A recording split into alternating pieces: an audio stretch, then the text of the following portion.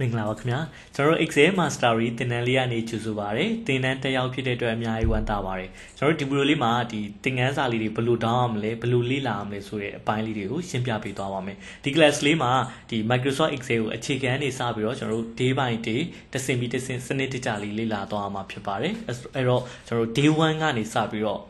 အစင်လိုက်လေးလေ့လာပေးပါသင်ခန်းစာလေးတွေတွားကြည့်ဖို့အတွက်ဆိုရင်အရင်ဆုံးကိုယ့်ရဲ့ computer ထဲမှာ Facebook ဝင်ထားပေးပါပြီးရင်ကျွန်တော်တို့ search ကနေလည်းရိုက်ရှာလို့ရတယ်เนาะ search ကလည်းရိုက်ရှာလို့ရတယ်ဒါမှမဟုတ်ဆိုရင်ဒီ messenger လေးမှာသင်တန်း page ကနေလေသင်တန်းအပ်ထားတဲ့ page ကနေပို့ထားတဲ့ group link လေးကနေလည်းဝင်လို့ရပါတယ်အခုဒီမှာ group လေးတွေကိုတွားလိုက်မယ်ဒီကနေကျွန်တော်ဝင်လိုက်မယ်เนาะ group visit group ဆိုတာလေးရှိတယ် visit group ကနေဝင်လို့ရတယ်ဒါမှမဟုတ်ဘူးဆိုလည်း search ကနေရိုက်ရှာမယ်ဆိုလည်းရတယ်ဒီ message လေးကနောက်ကျသွားလို့အောက်ထဲမှာရောက်နေလို့တွားမရှာခြင်းဘူးဆိုလည်းဒီ search ပေါက်မှာ KCC Excel Mastery ဆိုပြီးတော့ရိုက်ရှာလိုက်ပါ KCC Excel Mastery လို့ရိုက်ရှာပြီးတော့ဒီဘက်ဘေးမှာ group ဆိုတာလေးရှိတယ်ဒီ group ဆိုတဲ့ထဲကိုဝင်ပေးပါ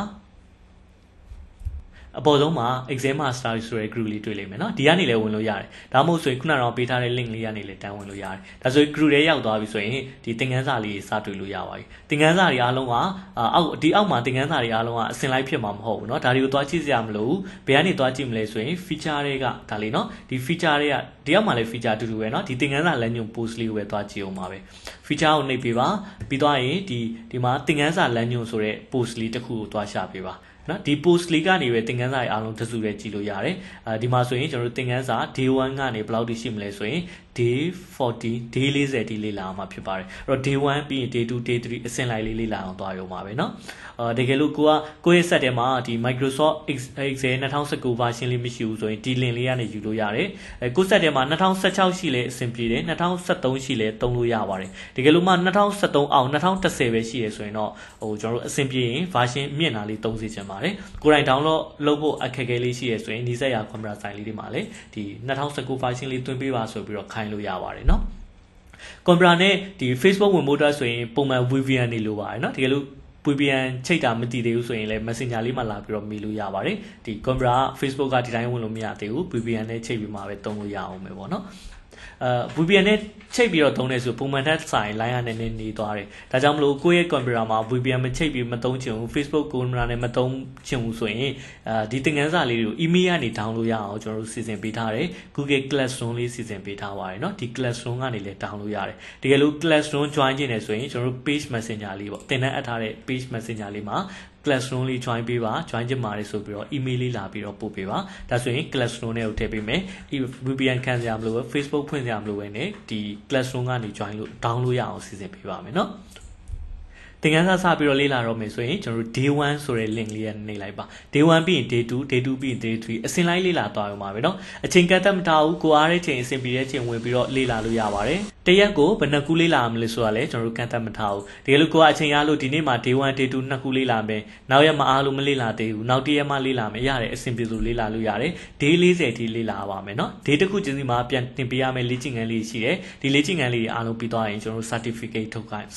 တ်လို့ရပါတယ် certificate အတွက် information လေးကို day 40 day 40မှာပြုတ်ပေးထားပါတယ်เนาะဒါဆိုကျွန်တော်တို့ day 1ကနေဘယ်လို down မလဲဆိုတာလေးပြပြပေးမယ်เนาะ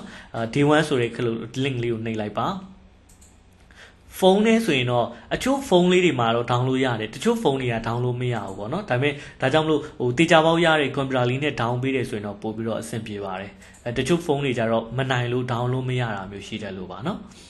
အဲဆိုရင်ဒီမှာ day 1ဆိုတာလေးတွေ့လာပြီ day 1သင်ခန်းစာလေး download လုပ်ရမယ့် link လေးပေးထားပါပြီเนาะပြီးတော့ day 1နဲ့ပတ်သက်ပြီးတော့comment မှာလေ့ကျင့်ခန်းလေးပြန်တင်ပေးရပါတယ်ဒါဆို day 1မှာတော့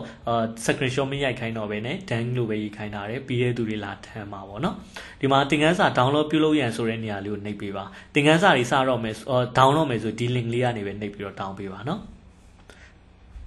ခဏလေးစောင့်လိုက်ရင်ဒီ loading လေးပြီးသွားပြီဆိုရင်ဒါလေးပေါ်လာလိမ့်မယ်เนาะဒီမှာသင်ရိုးစာအုပ် PDF file လေးရှိပါတယ်ဒါလေးက download လုပ်ပြီးတော့ကြည့်လို့ရတယ်တကယ်လို့ကိုယ့်အိမ်မှာ printer ရှိရဆိုလဲဒါ print out လုပ်ပြီးတော့စာအုပ်အနေနဲ့ထားလို့ရတယ် ဒါလေးကတော့စာအုပ်ကပါဖုန်းလေးအတွက်ထည့်ပေးထားတာပါဒါကသင်ခန်းစာလေးပါ download လုပ်တော့မယ်ဆိုရင်အကုန်လုံးဆက်လက်ပေးပြီးတော့တစ်ခါတည်းတန်း down လုပ်လဲရတယ်တစ်ခုချင်းစီ down လုပ်လဲရတယ်အကုန်လုံးဆက်လက်ပေး down မယ်ဆိုရင်ပထမတစ်ခုကိုနှိပ်ပြီးသွားရင် shift key လေးကိုပြီးသွားရင်နောက်ထပ်ဒီဘက်လေးကိုလာနေလိုက်ဒါဆိုသုံးခုလုံးဆက်လက်ပေးသွားပြီအဲ့ချိန်ညမှာညာ click နဲ့ download ဆိုပြီးတော့လည်းလုပ်လို့ရတယ်ဒါမှမဟုတ်ဘူးဆိုရင်တစ်ခုချင်းစီပေါ့ကျွန်တော်ဒီပေါ်လေးပေါ်မှာ right click နဲ့ပြီးသွားရင် download ဆိုပြီးတော့သွားနေလိုက်ပြီးသွားရင်ဒီ course PDF course cover ဆိုတဲ့ပေါ်လေးပေါ်မှာညာ click နဲ့ပြီးသွားရင် download ဆိုတာလေးကိုနှိပ်လိုက်ပြီးသွားရင်ဒီမှာဒီ day 1ပေါ့နော် day 1ဆိုတဲ့ပုံမှာ right click နဲ့ပြီးသွားရင် download ဆိုတာလေးကိုနှိပ်လိုက်ဒါဆိုရင်ဒီဗီဒီယိုလေးကသင်ခန်းစာဗီဒီယိုလေးက site ကြီးလို့ဟို virus sys လို့မရဘူးလို့ပြောနေလိမ့်မယ်နော်ရတယ်ဘာမှမဖြစ်ဘူးစစ်လို့ရမရ download anyway ဆိုတာလေးကိုနှိပ်ပေးပါအခါကျမြန်မာလိုဒီမှာမြန်မာလိုပေါ်တယ်ဆိုတချို့ကြလန့်ပြီးတော့ဒါလေးကိုလာမေးလို့နော်အဲ့တော့ file မှာ virus ပါတာလားပေါ့ virus မြင်ပြီးတော့ virus ပါတာလားvirus စစ်လို့မရဘူးနော်ဘာညာပြောတယ်ဆိုရင်တချို့က download မှလားမ download ဘူးလားမသိဘူးဖြစ်နေမှာဆိုလို့နော် download လုပ်လို့ရတယ် download anyway ဆိုတာလေးကိုနှိပ်ပေးပါအဲဆိုရင် down ထားတဲ့ဟာလေးတွေကဒီရောက်မှာအားလုံးတစုတွေရောက်လာပါလိမ့်မယ်ဒါလေးတွေ loading ပြီးသွားအောင်ခဏဆောင်ပေးပါနော်ဒါလေးပြီးသွားပြီဆိုရင်ဒီ loading လေးပြီးသွားပြီဆိုရင်ဒါမှစောင့်လိုက်တော့မယ်နော်နည်းနည်းလေးဒါသူရဲ့ file size ပေါ်မူတည်ပြီးနည်းနည်းလေးကြာလိမ့်မယ်7 minute လောက်ကြာလိမ့်မယ်ပေါ့နော်ဒါတော့5 minute 10 minuteကိုယ့်ရဲ့ internet line ပေါ်မူတည်ပါလိမ့်မယ်ပြီးသွားရင်ဒါလေးကိုမှ down ပြီးသွားရင်ဒီစာအုပ် file လေးကတော့မြန်တယ်ပြီးသွားပြီဆိုရင် right click နဲ့ပြီးသွားရင် show in folder ဆိုပြီးတော့တွားလို့ရတယ် show in folder ဒီလိုမတွားချင်ဘူးဆိုရင်ဒီမှာ download လေး complete ဖြစ်သွားအောင်ခဏစောင့်လိုက် browser ပေါ်မူတည်ပြီးတော့အခုကကျွန်တော်က Chrome browser လေးနဲ့ down ထားဖြစ်တဲ့အတွက်ဒီ Chrome browser ပုံစံChrome browser လေးနဲ့ပေါင်း down ထားဖြစ်တဲ့အတွက်ဒီမှာဒီအောက်လေးမှာပေါ်တယ်တကယ်လို့တခြား browser လေးနဲ့ down ထားရဲဆိုရင်ဒီမှာအပေါ်မှာ Mozilla တို့ဘာလို့ဆိုအပေါ်မှာပေါ်ရင်ပေါ်လိမ့်မယ် down ထားလေးကိုသွားကြည့်ချင်တယ်ဆိုရင် control ရဲ့ J ရဲ့နှိပ်ပြီးတော့ဒီမှာသွားပြီးတော့ကြည့်လို့ရပါတယ်เนาะ download ပြီးသွားပြီဆိုရင်ကျွန်တော်တို့ this PC ရဲ့က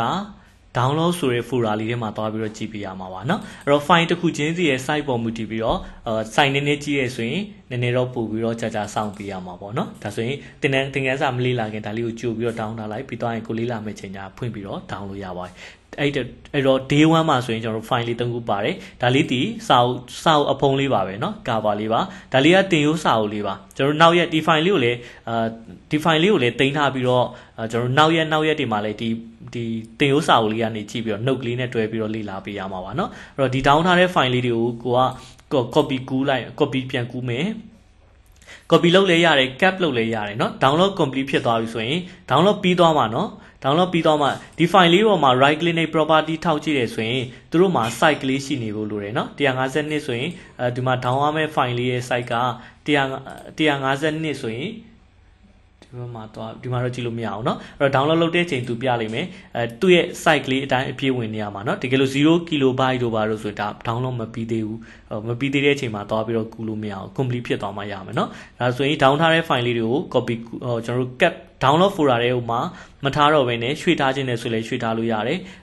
cap လုပ်မယ်ဘာလို့လဲဆိုနောက်နေ့ down တဲ့ file တွေကဒီထဲမှာရောသွားမှာဆိုလို့เนาะ cap လုပ်မယ်ပြီးသွားရင်ကျွန်တော်တို့ new folder ဆိုပြီးအသေးစိတ်စောင့်မယ်ဘယ်ထဲမှာသွားထားမလဲဆိုရင် this PC တွေကိုသွားဒီထဲဖြစ်တနေရာပေါ့เนาะတခြားမတူတဲ့တနေရာလေးမှာသွားပြီးတော့တင်လိုက်မယ်ဒီထဲကိုသွားမယ်ပြီးသွားရင် new folder တိစောက်လိုက်မယ် kcc exe ရဲ့ excel mastery class ဆိုပြီးတော့နာမည်ပေးလိုက်မယ်เนาะပြီးသွားရင်ဒီထဲမှာ new folder လေးထပ်ပြီးတော့တိစောက်လိုက်မယ် day1ဒါဆိုကျွန်တော်ကနောက်နေ့ပြန်ရှာလို့လွယ်အောင်လို့လေ day 1ဆိုတဲ့ထဲဝင်မယ်ပြီးတော့ရင် paste ဆိုပြီးတော့ဒီမှာသွားပြီးတော့ချလိုက်မယ်ဟိုဘက်ကနေရွှေ့လာခဲ့မယ်ဒီမှာရောက်လာပြီဒါဆိုရင်နောက်နေ့ down တဲ့ file လေးက day 2 file လေးက download တင်မှာရောက်လာလိမ့်မယ်အဲ့တော့အဲ့ down တဲ့ file နဲ့ကျွန်တော်တို့နောက်အခုအသစ် file နဲ့အရင်အဟောင်း file နဲ့ရောမသွားအောင်လို့တီးတန့်လေးခွဲပြီးတော့တင်ပေးလိုက်တင်တဲ့နည်းလေးပြောပြတာပါเนาะဒါဆိုရင်ဒီထဲကိုသွားမယ်ပြီးသွားရင် exam master class ဒီမှာ day 1ဒါဆိုရင်စပြီးတော့လေ့လာလို့ရသွားပါပြီเนาะဒီမှာစာအုပ်လေးဒီမှာသွားပြီးတော့ဖွင့်ကြည့်မယ်ပြီးသွားရင်သင်ခန်းစာလေးကဒီဗီဒီယိုလေးကိုဖွင့်ပြီးတော့လေ့လာရုံပါပဲเนาะတကယ်လို့ခက်ခဲရှိတယ်ဆိုရင်ကျွန်တော်တို့ page messenger လေးမှာသင်တန်း messenger လေးမှာလာပြီးတော့မေးလို့ရပါတယ်ဒီမှာဆိုရင် exam mastery class ဆိုတဲ့စာမေးရန် group လေး join ပေးထားပါလိမ့်မယ်ဒီ group လေးထဲမှာဒီအခက်အခဲလေးရှိရင်ဒီ group လေးမှာလာပြီးတော့မေးလို့ရပါပြီဆိုရင်သင်ခန်းစာလေးတွေဘယ်လို down အောင်မလဲဘယ်လိုလေ့လာအောင်မလဲနားလည်လောက်မယ်လို့ထင်ပါတယ်เนาะအဲဆိုစပြီးတော့လေ့လာလို့ရပါပြီအဆင်ပြေလောက်မယ်လို့လည်းထင်ပါတယ်အဆင်ပြေပါစေခင်ဗျာ